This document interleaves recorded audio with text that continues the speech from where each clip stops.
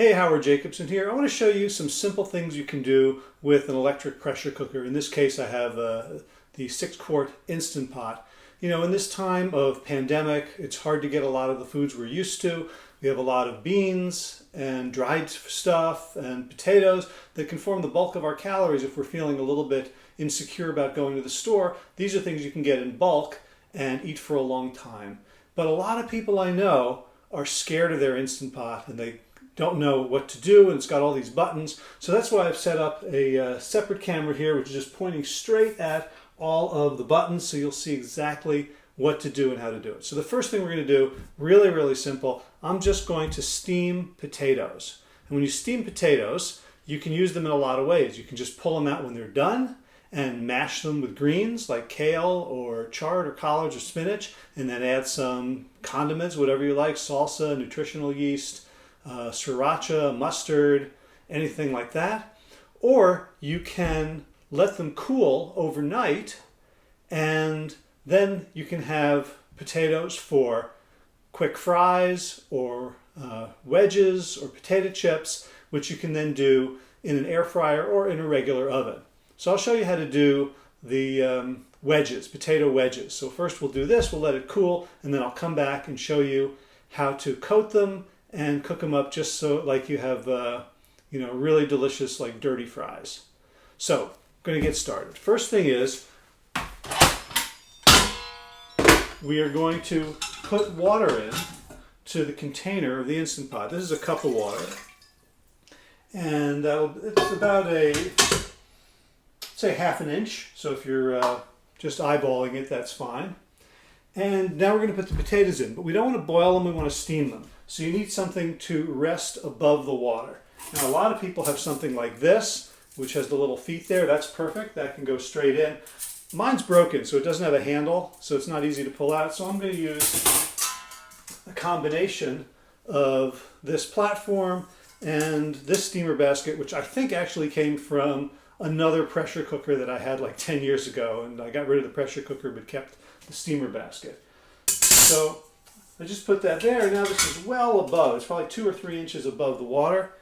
Just take my potatoes and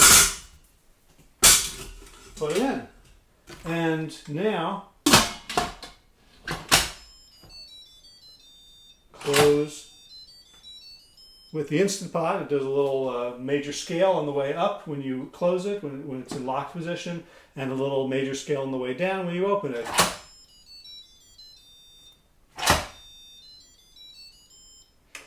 Okay, so what we're going to do, and this is where people get confused because there's so many buttons, we are just going to pressure cook, and I would say for this size potato and this amount, and the fact that I'm going to cook them additionally, I want to do 12 minutes. And the reason I know it's 12 minutes is that I've done 15 minutes and it was too mushy, and I've done 10 minutes and it was not cooked enough. So if you're not sure, cook less, and then you can always throw them back in. So how do we do 12 minutes? First we push pressure cook. Now, whatever you did last is going to appear. If you've never used it before, it will say 30 minutes. So 8 minutes isn't enough. So instead we're going to hit the plus button, and every time I hit the plus button, it goes up by 1. So we said 12 minutes, so that's all we have to do. Push pressure cook and then plus or minus for the number of minutes. Now it's going to take a while to come up to pressure. So when it's getting ready, it beeps 3 times and it says on. And once the pressure rises, it's going to push up a little thingy here. That's a technical term. It's going to push up a little thingy here, and then you won't be able to unlock the lid. And at that point, you're going to see numbers, and it's going to count down from 12, and when it hits 0, it will beep 3 times again. And in this case, it will automatically go to warm because I have it on keep warm. If I don't want it to do that, which I don't here, I can just push that, and then when it's done with its 12 minutes, it just turns off.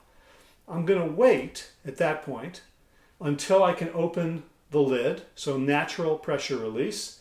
Then I'm going to lift it out and let it cool and put it in the fridge and come back later. All right, so it's done.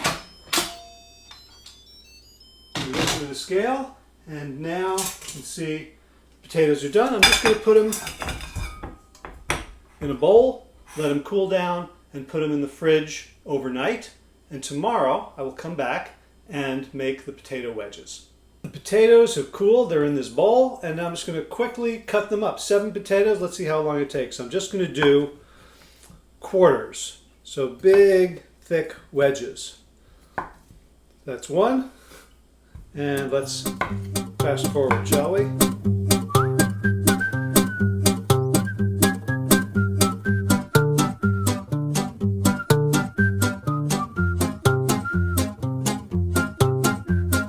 All right, they're all chopped. Now all we have to do is toss them in a bowl with some sort of coating and then put them in the air fryer or in the oven.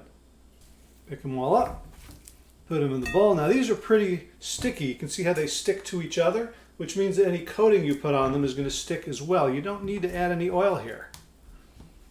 All right, so I've got 3 seasoning blends here. This is a Creole Tony Chachery Original.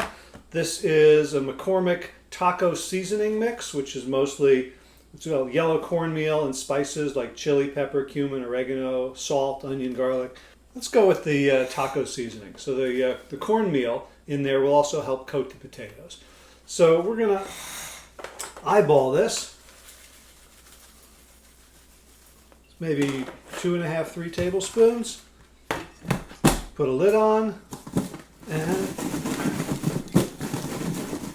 shake it up. Looks pretty good. Now all we have to do is pop it in the air fryer or the oven. I recommend preheating. So the air fryer is now preheating. I've set it at 425 degrees Fahrenheit for 10 minutes. And when it beeps, I will just add this.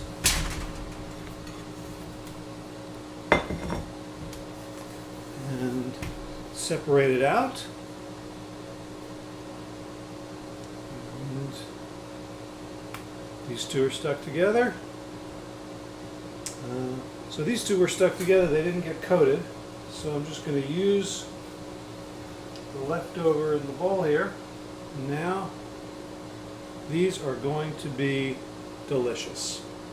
All right, you can see how beautiful they are. They're crispy on the inside, and the skin is nicely browned there. Careful, don't touch that, it's hot. Oops, these I forgot to separate, so they're a little bit sticky, but you can see how they're hot, but I can try to take a bite and you can get a sense of how amazing these will be, and with whatever kind of spice mix you want, whether it's a store-bought one or put together yourself, or just use, just garlic powder or onion powder, or even, use sweet potatoes instead and do cinnamon. Here we go. Hot, hot, hot, but good.